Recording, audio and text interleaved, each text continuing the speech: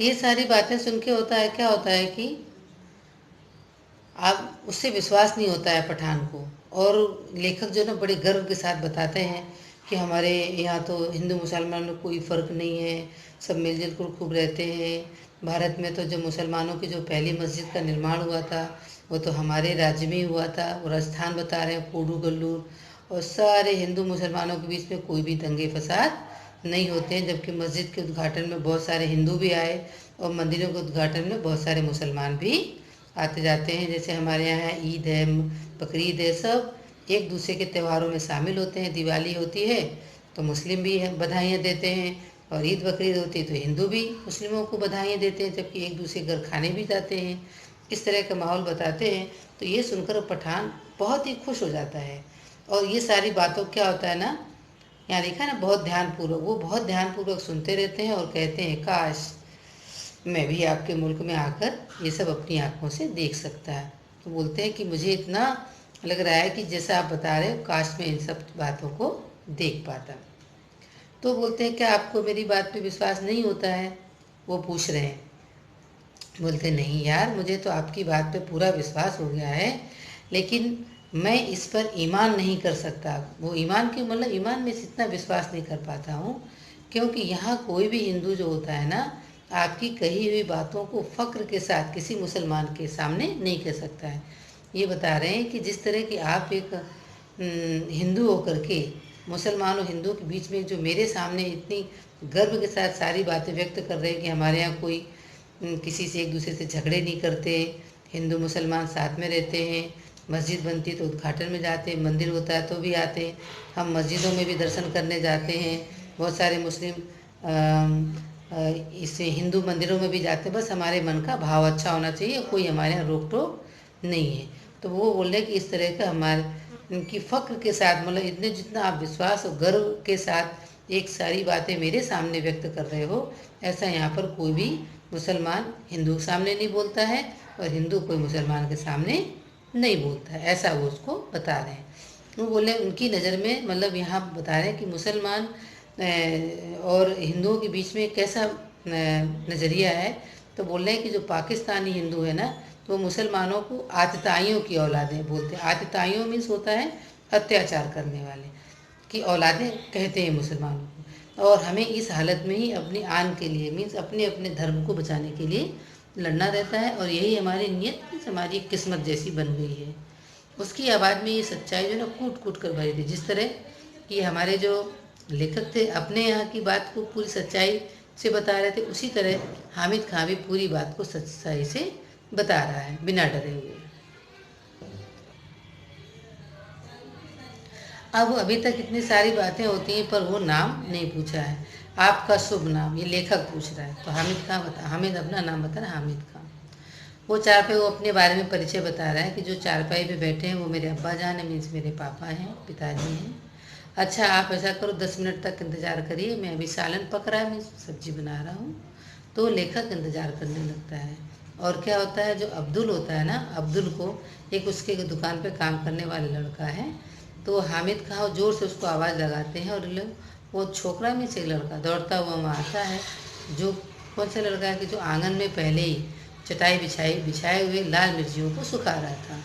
Hotel वगैरह में होता है, ये लोग तो थोक भाव से खरीदते हैं क्योंकि खाना हमेशा उनको बना, कितने कस्टमर आ गए, तो इस तरह से वहाँ उनके यहाँ एक दो लड़के काम वाले हमेशा बने रहते। वो लड़का क्या करता है, मिर्ची सुखाता हुआ रहता है। अब हामिद तो ये पस्तो मीन्स एक प्राचीन भाषा है, उस भाषा में उसको कुछ आदेश देता है, मीन्स कुछ बोलता है, और दौड़ता हुआ क्या करता है कि दुकान के पिछवाड़े की तरफ, मतलब पीछे के हिस्से की तरफ वो भागता है। अब वो बोलता है, बता रहा है भाईजान, ये जालिमों की मीन्स दुष्टों की दुनिया में शैतान भी लुक छुप कर रहता है, मतलब जो एक दूसरे की कदर नहीं करते हैं। तो जो शैतान मीन्स जो जिनको हम आत्माएं वगैरह बोलते हैं, कि वो भी बुरे व्यक्ति भी जो होते हैं वो भी उनसे लुक छुप करके चलता है। और बोलता किसी पर धौंस जमा कर मजबूर कर, मतलब ये बता रहा है कि किसी पे धौंस या गुस्से में आकर के या मजबूर करके हम प्यार मोल नहीं ले सकते। यहाँ पर अगर हम किसी से प्यार से बात करेंगे तो हमें प्यार से रिप्लाई मिलेगा, अगर हम गलत तरीके से बात करेंगे तो हमें गलत मिलेगा। तो बोले कि यहाँ का माहौल ही इतना ख़राब है कि अगर हम किसी से गलत शब्द में बात करेंगे तो शायद हमें सम्मान नहीं मिलेगा। आप ईमान और मोहब्बत के नाते मेरे होटल में खाना खाए। बोलते कि आप तो कितने अच्छे हैं कि आप एक हिंदू होकर के मेरे होटल पे एकदम गर्व के साथ वो खाना खा रहे हैं जिसमें कोई भी बुराई नहीं है। तो ऐसी ईमानदारी और मोहब्बत का असर मेरे दिल पे क्यों नहीं होगा। तो जब आप इतने ईमानदार और मोहब्बत भरे हैं तो इससे तो प्रभावित मैं भी होऊंगा। ऐसा वो हामिद खान लेखक से बातचीत कर रहे हैं। दोनों की आपस में बातचीत चल रही है। इस तरह की वो बातचीत कर रहे हैं और बोलते हैं कि अगर हिंदू और मुसलमान आपस में एक साथ रहने लगे, मोहब्बत से प्यार करते तो कितना अच्छा होता। अब हामिद खां पूरी बातचीत धीमे स्वर में वो बोलता रहता है और अंगीठी से चपातियाँ उतार कर खड़ा हो जाता है, मीन्स रोटियाँ भी सेकता जा रहा है। दोनों में ऐसी बातचीत चल रही कि दोनों आपस में भाई हों। तभी वो लड़का क्या आता है, पीछे से आता है और थाली में चावल ला कर के रख देता है। हामिद खां क्या करते हैं, 3-4 चपातियाँ उसमें रख देते हैं और फिर लोहे की तस्तरी में एक लोहे की प्लेट है, उसमें उनको सब्जी, सालन में सब्जी परोस लाते हैं।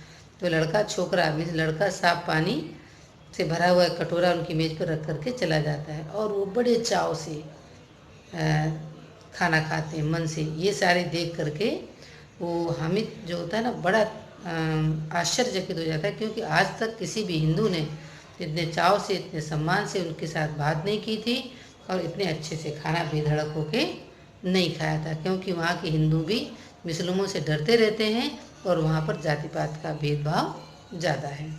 इस तरह से अब जब लेखक ने खाना खा लिया होता तो जेब में हाथ डालते हुए पूछते हैं कि भाई कितने पैसे होते हैं। तो मुस्कुराते हुए हामिद खां क्या बोलते हैं कि भाई उनका हाथ पकड़ लेते हैं और बोलते हैं, भाईजान माफ़ कीजिएगा, मैं आपसे पैसे नहीं लूँगा। इस तरह की वो बातचीत करते हैं। अब वो बोलते हैं कि भाई मेहमान नवाजी को अलग बात है, आपने हमारी खूब मेहमान नवाजी की, सब अच्छा लगा, लेकिन एक धंधे होने के नाते या दुकानदार होने के नाते आपको पैसे तो लेने ही पड़ेंगे, आपको मेरी मोहब्बत की कसम, ऐसा लेखक कहता है। अब वो इतनी सारी जब मोहब्बत की कसम दे देते हैं तो वो क्या करते हैं, लेखक का मान रखने के लिए 1 रुपये का नोट वो हामिद खां की ओर बढ़ाते हैं और हामिद खां भी उनका मान रखने के लिए अपने हाथ में ले लेते हैं, पर वो सकुचाते रहते हैं और क्या करते हैं, वो रुपया ले करके वापस उनके हाथ में रख देते हैं। कभी कभी आपने देखा होगा, हमारे यहाँ भी कोई हित रिश्तेदार आता है और ऐसे पैसे तो हम उनका मान सम्मान के लेकर के फिर से उनसे लौटा देते हैं। इसी तरह हामिद खां एकदम भाई की तरह उनके साथ व्यवहार करता है। बोलते, भाईजान मैंने तो आप समझ ली कि मैंने आपसे पैसे ले लिए, लेकिन मेरी ऐसी दिली इच्छा है कि मैं ये चाहता हूँ कि ये पैसा आपके हाथ में रहे, लेकिन जब आप हिंदुस्तान में जाएं और किसी भी मुसलमानी होटल में जब खाना खाएं तो इस पैसे से पुलाव खाएं या कुछ भी खाएं तो आप तक्षशिला के भाई हामिद खां को ज़रूर याद करें। हमारी आपस में जो मोहब्बत भरी इतनी चर्चा हुई है, आप उसको खूब अच्छे से याद करें और भाई और मेहमान नवाजी में रुपए पैसे की बात नहीं होती है। अब जैसे वो वहाँ से लौट कर के आते हैं तभी वो वहाँ खाना ना खा करके चल देते हैं। अब यहाँ खाना खाने तक अभी तक लेखक ने खंडहर नहीं देखा है, तो जब वो खंडहर देखने के लिए चल देते हैं तो दोबारा फिर वो हामिद खां की दुकान पे नहीं पहुँच पाते और नहीं मिल पाते हैं। लेकिन आज भी उन्हें हामिद खां की बहुत अच्छे से याद आती है, बिताए हुए क्षणों की याद ताज़ा हो जाती है और ऐसा लगता है कि वो उनका सगा भाई हो और पास में ही हो। तो जैसे उनके मन में मुस्कान, मीन्स कभी कभी होता है ना, अकेले बैठे होते हैं और किसी की याद आती तो हम अपने आप में स्माइल करते रहते, कभी वही क्यों हंस रहे, क्यों, तो हमें कोई याद आती रहती है इस तरह। लेकिन तक्षशिला में जैसे वो सांप्रदायिक दंगों की बात सुनते हैं कि भाई हिंदू मुस्लिमों में दंगा हो गया है, तो उन्हें तुरंत ही हामिद खां की याद आ जाती है, क्योंकि बड़ी दोपहर में इतने भूखे प्यासे थे। हामिद खान ने उनकी भूख प्यास मिटाई थी, सम्मान से खाना खिलाया था और उनको तृप्त किया था उनके मन को। तो वो इस तरह की याद करते हुए तुरंत ही भगवान से प्रार्थना करते हैं कि हे प्रभु, उनकी जो दुकान है वो सुरक्षित रहे और हामिद खां भी सुरक्षित रहे। अब इस तरह से मैं आपको पाठ का सार बताती हूँ कि इस पाठ में जो है ना, पुट्टी पोटे काट ने अपनी तक्षशिला की यात्रा का दौरान का बातचीत की है, जिसमें उन्हें हामिद खां से उन्हें मुलाकात होती है और उसका ही सजीव वर्णन उन्होंने इसमें बताया है कि प्रेम और सद्भाव के सामने धार्मिक भिन्नताओं का कोई भी औचित्य नहीं होता है। हमें आपसी और प्रेम सद्भाव से मानवीय मूल्यों को उन्होंने उभारा है। उन्होंने धार्मिक भेदभाव को भूलकर मानव मात्र के प्रति शिक्षा दी है, और जो आज के समय में सबसे ज़्यादा ज़रूरी है। इस कहानी के द्वारा हमें विश्व बंधुत्व और भाईचारे का संदेश मिलता है, जो कि कहानियों के किसानों में मजदूरों की आह का उन्होंने बहुत ही सजीव चित्रण किया है। इस तरह से आज भी हमें हिंदू और मुसलमानों के भेदभाव को मिटा करके साथ में रहना चाहिए, और इस तरह के कभी भी हिंदू मुस्लिम का भेदभाव नहीं करना चाहिए। एक दूसरे की हो सके तो जितनी भी हो सके हमें मदद करनी चाहिए, उसी में ही पूरे देश का कल्याण है।